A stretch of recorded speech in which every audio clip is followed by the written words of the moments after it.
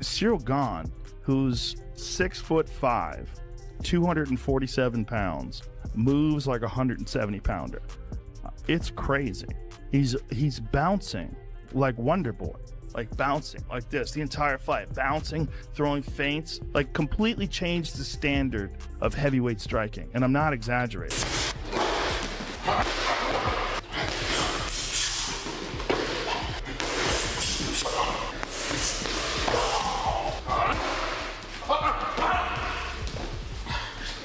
Je crois que c'est Voltor et Spivak qui ont pris mes meilleurs genoux. Mais moi là, je sens mon genou toucher derrière. Tu vois, un peu la sensation. Ah, j'étais au fond de son corps. Bien, bonne sensation. Une sensation aussi qu'on a généralement quand on est très à l'approche du combat. C'est un truc dans ma tête un peu affûté.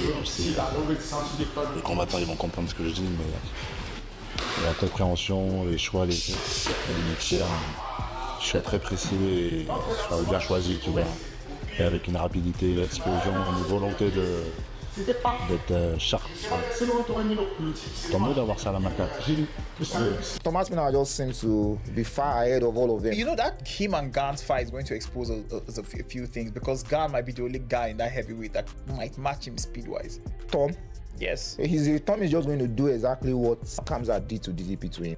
We all know that Gane doesn't have any funny wrestling. enough, Tom never really Wrestles. does that. No, he does wrestling, but he doesn't wrestle like that. He wrestles to find a finish. Yeah. No, it might not be like a dominant wrestling the way Kamza was, but he's going to utilize his wrestling skill against Gane. You know, Tom is a smart fighter. I hope Gane does something, you know, like he's able to do something, because like throw a knee out of space or.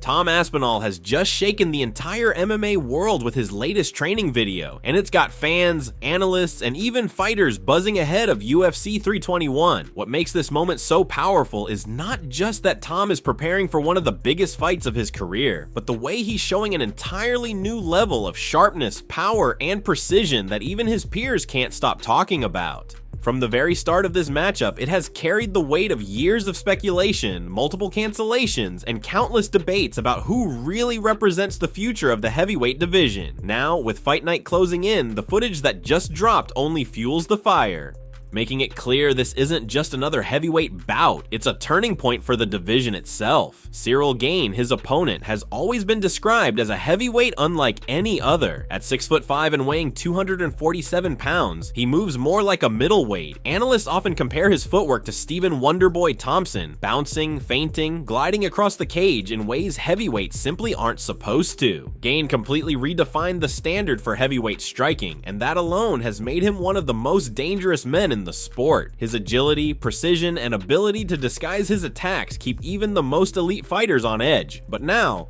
with Tom Aspinall matching him across almost every category and adding a dangerous ground game, we're looking at a battle that could expose weaknesses neither fighter has had tested quite like this before. Tom's recent footage doesn't just show him training, it shows him dismantling sparring partners with frightening speed, chaining together boxing combinations, slips, and level changes that leave no room to breathe. It's the type of tape that makes fighters stop mid-conversation and say, wow, this guy is ahead of everyone right now. Even among peers, there's agreement that Tom isn't just competing, he's evolving at a pace that makes him look untouchable. And the scary part is that he's not a wrestler by default, yet his wrestling is timed to perfection. Unlike those who grind endlessly for control, Tom wrestles only when it secures a finish. That efficiency makes him unpredictable, and in a clash with someone like Gane, unpredictability could be the ultimate weapon. What makes this fight even more dramatic is the psychological side. Tom himself has admitted the pressure is massive, but he frames it in a way that feels raw and relatable. He says it's not just about titles or rankings. It's about not getting embarrassed in front of millions of people. He doesn't want to be battered on the biggest stage, and that vulnerability,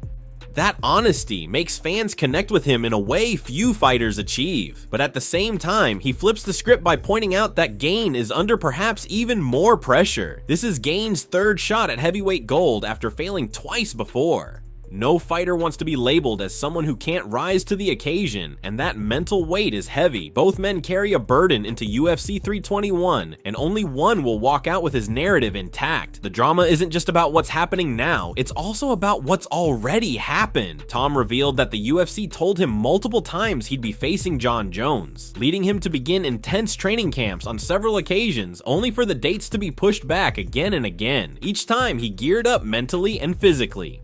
And each time it collapsed when Jones eventually retired. The constant buildup and letdown were draining, but Tom insists those periods of frustration made him better. He grew sharper, smarter, and more resilient as a fighter. So when this fight with Gane finally came together, on the 4th attempt, there was a sense of relief mixed with determination. October 25th in Abu Dhabi isn't just a fight date. For Tom, it's redemption for every cancelled camp and every lost opportunity.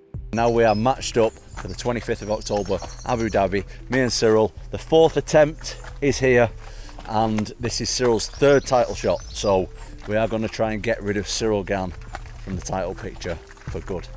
How's the confidence levels? Confidence levels great. Confidence levels great. I believe that, well, I am the best heavyweight in the world, but I want to show everyone that I'm the best heavyweight in the world. Cyril Gane's lost 2 title shots, and I want to give him his 3rd title shot loss and get him out of there. How's the thoughts of potential ring rust as well? Is that in your head at all? I've had big breaks before. This is it. I've had 3.5 years off of MMA fighting before, so this is no problem for me. Ring rust is all mental anyway, so I'm happy just to get back in there, get stuff moving, and get active again. Keep the position. Don't lose the position.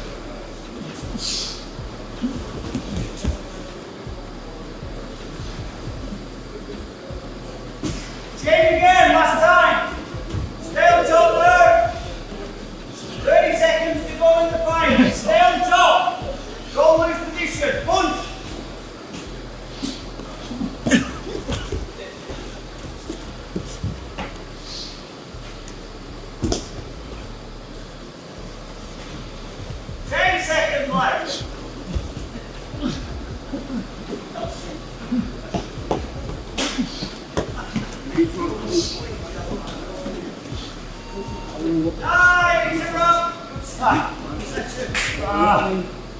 Left.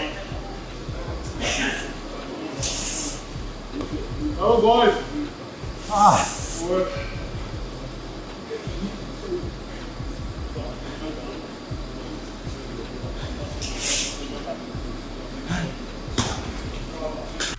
What makes UFC 321 so fascinating is how many different opinions exist about the matchup.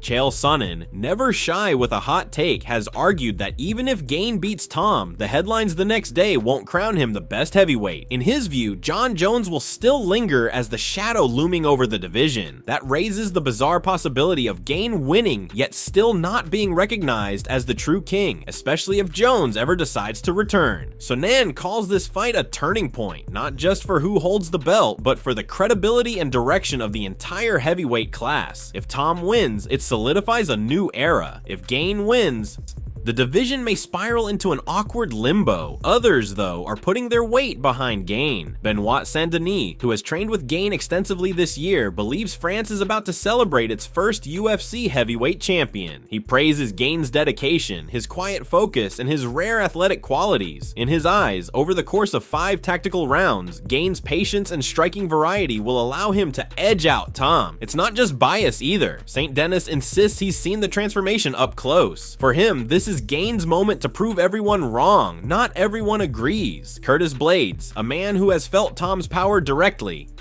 sides firmly with Aspinall. He sees Tom's ground advantage as the deciding factor. In Blades' eyes, if Tom wants to put Gane on his back, he will. That control, he argues, will decide the fight once the early exchanges pass. Similarly, Daniel Cormier views this fight as the heavyweight showdown fans have been begging for, pointing out how odd it is that odds makers don't see it as close. Tom may be the betting favorite, but Cormier doesn't buy the wide gap. Henry Cejudo takes a different angle, warning that Gane's size and athleticism might be underestimated. He says Tom won't steamroll him like past opponents, and that this fight will show whether Tom is truly ready for the ghost of Jon Jones lingering over the division. Meanwhile, Kamaru Usman has praised both men, reminding fans of how underrated Gane is while acknowledging Tom's blistering speed and knockout power. In Usman's eyes, this is as elite as heavyweight MMA gets, a clash of two big men who fight like welterweights. Michael Bisping adds his own twist, pointing out the similarities between these two and Georges St-Pierre. Both, he says, are athletic marvels capable of excelling in any sport. Yet for Gane, the lack of grappling remains a glaring hole. That's what cost him against Jones.